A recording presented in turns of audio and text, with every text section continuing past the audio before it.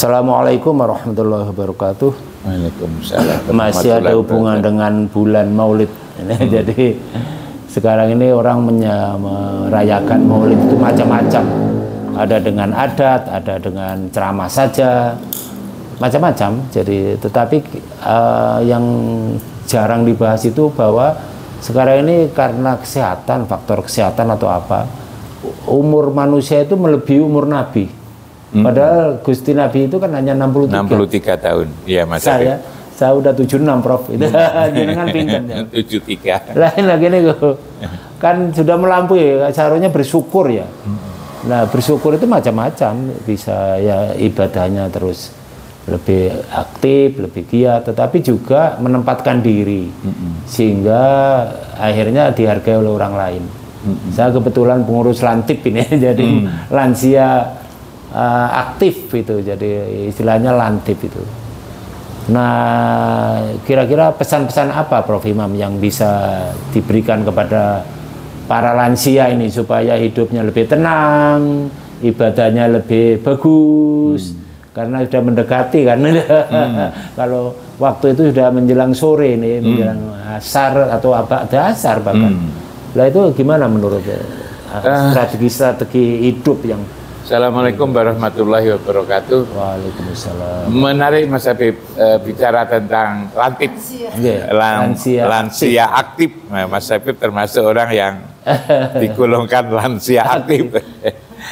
Sebetulnya begini Mas Habib, balik lagi, kita ini terdiri atas jasmani dan ruhani. Yang tua itu adalah jasmaninya Mas Habib. Kalau ruhaninya itu tidak ada tua, tidak ada muda. Kalau ruhani ya, sama itu. Ruhani itu tidak ada laki-laki, tidak ada perempuan. Ruhani itu tidak ada ruhani Jawa, Madura, Banten, Sumatera, Jepang, Cina, tidak ada. Ruhani itu yang datang dari Allah itu. Ruhani ini yang kelihatan tua itu adalah jasmaninya ini, karena jasmani itu sudah lama. Kalau kita umpamakan ruhani itu kan supirnya Mas Habib. Oh, ada. Lalu kendaraannya. Jasmani itu kendaraannya, gitu kan. Kalau supirnya itu kan masih kuat Mas Habib. Yang tidak bisa berjalan cepat itu kan apa, mobilnya, karena bannya sudah apa namanya, sudah tipis. Mesinnya juga sudah underdealnya sudah tua gitu. Jadi sebetulnya tubuh itu underdealnya aja Mas Habib, apa ya? Ya mobilnya, ya mobil itu ada mesinnya, ada bannya, ada macam-macamnya itu gitu kan. Tapi kalau ruhaninya jangan. Jadi selama sopirnya oke, terus jalan. Sopirnya oke, iya kan. Nah, sopirnya, ruhaninya itu masih, karena itu kalau coba. Bisa jangan pernah merasa terlalu tua. Iya. Boleh merasa tua. Iya, dia merasa tua itu karena dia nyopir mobil tua kan itu kan. Mobil yang sudah tidak bisa cepat itu gitu. Tidak bisa nyelip-nyelip lagi. Sopirnya masih punya kemampuan. Tapi mobilnya itu yang sudah tidak mampu. Jadi harus hati-hati. Itu harus hati-hati mengendarai mobil yang sudah tua kan begitu saja sebetulnya. Kalau kita umpamakan itu, yang jasmani itu adalah mobilnya, ruhani itu adalah supirnya saja loh yang mengendalikan ini. Nah, coba karena itu coba Mas Habib, walaupun usianya sudah 80. Bahkan juga sudah 90, semangat hidupnya kan masih ada. Kenapa? Karena itu memang itu dia yang dia rasakan itu ruhani dia. Hanya dia harus ingat mobil yang dikendarainya itu jangan terlalu aktif, karena mobilnya sudah mobil tua. Jasmaninya itu sudah jasmani tua, kan itu Mas Habib.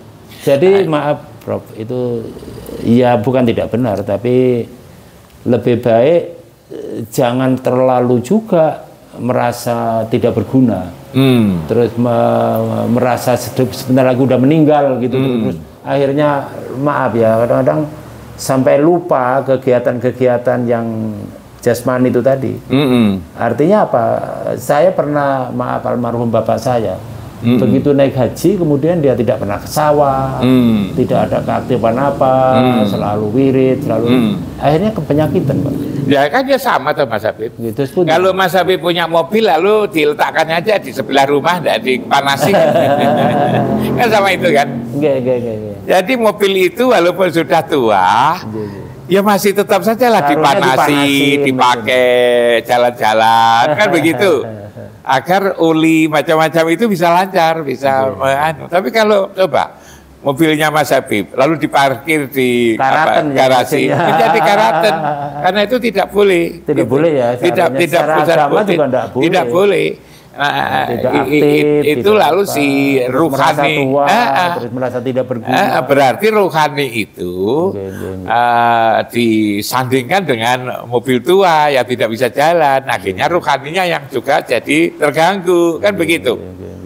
Karena itu dan dampaknya fatal nanti. Jadi fatal. Orang akhirnya apa ya, tidak aktif, hanya di dalam kamar. Ruhaninya saya katakan tidak mengenal umur, gitu ya Mas Habib, yang mestinya masih bisa jalan, tapi karena jasmaninya itu diistirahatkan itu, maka dia merasa tidak ada gunanya lagi.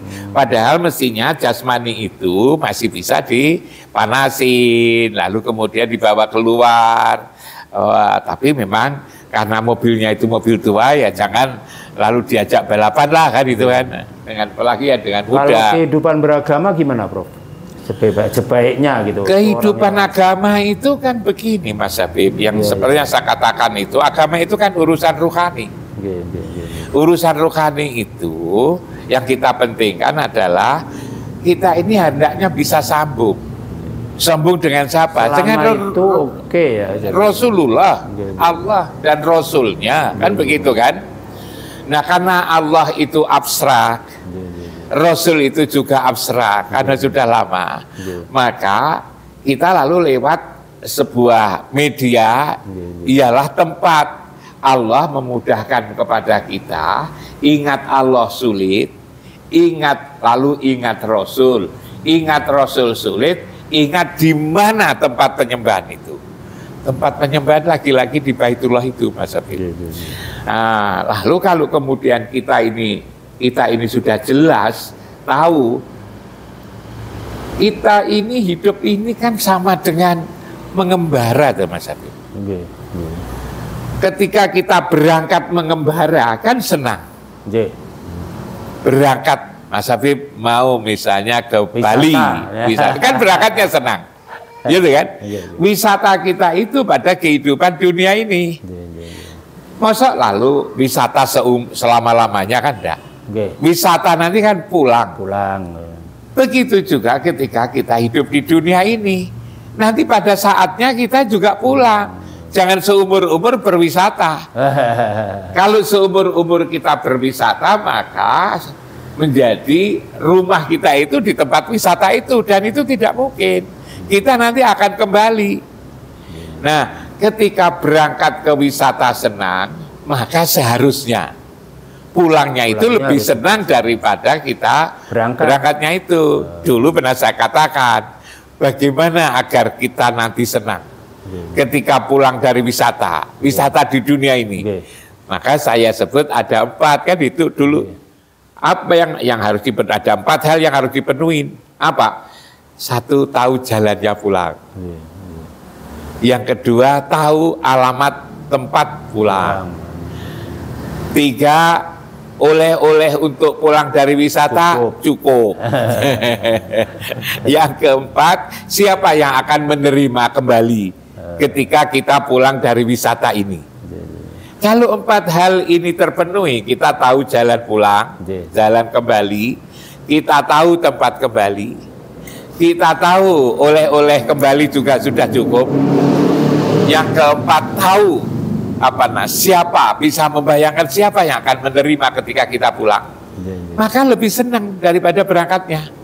Pertanyaannya, orang yang sudah lansia seperti kita ini, 4 hal ini diketahui enggak? Jangan-jangan kalau belum, kalau enggak sadar, kalau itu belum, sebelum kita pulang Mas Habib, harus kita tanyakan dulu.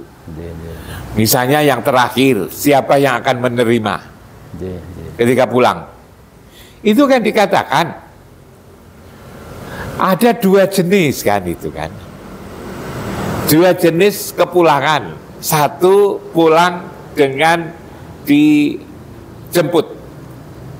Di surat Al-Fajr ayat 27 dikatakan ya ayatuhan nafsul mutmainnah irji'i ila rabbiki radiyatan mardiyah. Kembalilah kamu, kembali. Kepada siapa? Ila rabbiki, kepada Tuhanmu dengan ridho dan diridhoi. Fatkuli fi ibati watkuli jannati. Kan diseru dengan seruan yang indah. Yang nyeru siapa? Yang nyeru Allah sendiri. Ya ayatuhan nafsul mutmainnah. Tapi ada orang yang tidak diseru, tapi lalu dicabut karena dia lupa bahwa dia ngira bahwa hidup di wisatawan itu seumur-umur. Akhirnya lalu dicabut. Di surat kebablasan. Iya. Di surat As-Sajdah itu ayat 11 kalau saya tidak salah. Kul yatawaffakum malakul maut, katakan aku akan mewafatkan ya malakul mukila bikum ya fatakabukum, mewakilkannya kepada malaikat maut gitu. Tidak disapa seperti yang surat Al-Fajr tadi. Kul yatawaffakum malakul maut alladzi wukila bikum, diwakilkan kepada malaikat maut. Ini yang berat. Karena itu harusnya ada kesadaran bahwa kita ini sudah waktunya untuk pulang, kan itu malah beda. Agar tidak dicabut. Jangan kebablasan lah. Jangan kebablasan. Perilakunya jangan kebablasan. Ini kita yang tidak boleh, tidak mau gitu kan. Nah, bagaimana pertanyaannya? Pertanyaannya gimana? Agar kita itu dijemput, tidak dicabut. Itu di surat Al-Anfal, Mas Habib. Kalau tidak salah ayat 20. Bunyinya ya ayyuhalladzina amanu atiullah wa rasulahu wa la tawallau anhu wa antum tasma'un, gitu kan. Orang yang beriman taatlah kepada Allah dan Rasulnya, itu kan, dan jangan berpaling, gitu kan, sedangkan kamu mendengarkan wa antum tasma'un. Kamu jangan berpaling padahal kamu itu sedang mendengarkan. Kita ini sehari semalam kan dipanggil, Mas Habib, oleh Allah tiap hari lewat muadzin. Lewat muadzin itu kan kita dipanggil 5 kali. Ketika kita ini dipanggil dan tidak pernah datang ke masjid, kalau kau tidak masjid, ketika dipanggil diingatkan waktu sholat, tidak segera sholat, maka ketika kita memerlukan panggilan tidak akan dipanggil. Karena apa? Karena sehari-hari ketika dipanggil, gitu kan? Karena ketika kita sehari-hari dipanggil, kita mengabaikan, kita berpaling. Maka ketika kita kita perlu panggilan, maka kita tidak dipanggil. Maka lalu diwakilkan kepada malaikat maut. Coba surat Al-Anfal ayat 20 kalau saya tidak salah. Dibaca gitu kan. Iya ya, aku bolak-balik dipanggil kok tidak dipanggil. Nanti nggak dipanggil, dipaksa. Nah itu tadi yang nomor 4 tadi. Yang nomor 3 itu sudah cukup nggak sebekal kita pulang dari wisata. Kalau kita baru berwisata lalu pulang tidak dapat oleh-oleh, agak enak ya. Apa itu amal solehnya itu? Bagaimana kita menolong orang yang sedang kekurangan, kita berbuat baik yang orang menjadi terbantu, gitu kan? Itu kan oleh-oleh.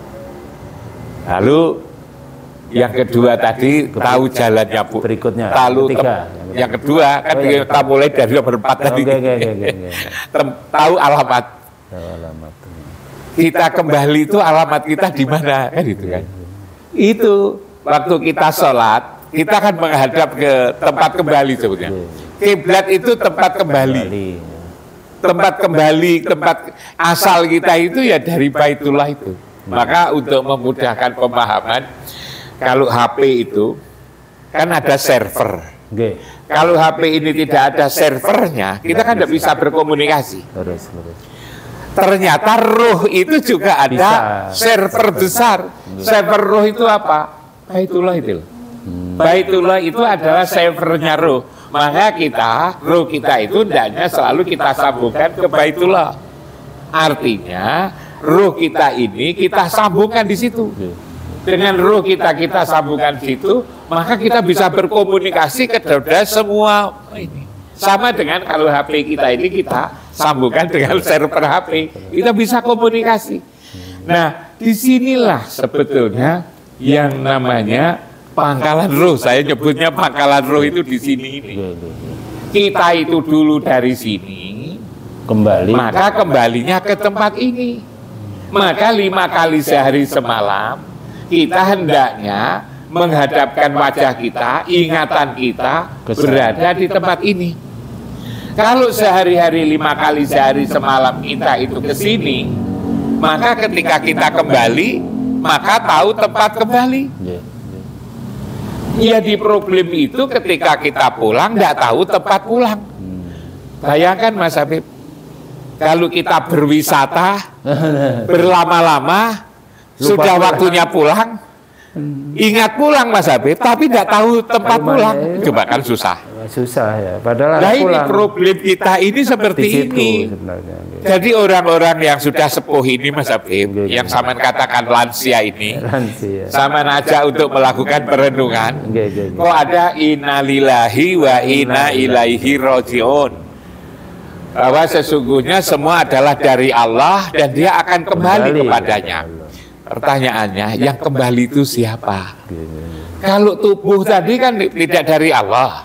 Tubuh itu kan dari orang tua. Pertemuan antara ovum sama si sperma. Jadilah kita ini, tubuh kita ini, yang jasmani ini. Yang jasmani itu disebut jasmani karena tubuh ini ada rohnya.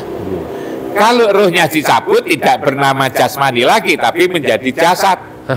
Kalau itu jadi jasad karena berasal dari tanah, maka kembali ke tanah, dimakamkan. Yang kita rawat itu, yang kita urus itu adalah kembalinya roh. Kembalinya roh itu tidak ada yang mengantarkan. Kita sendirian.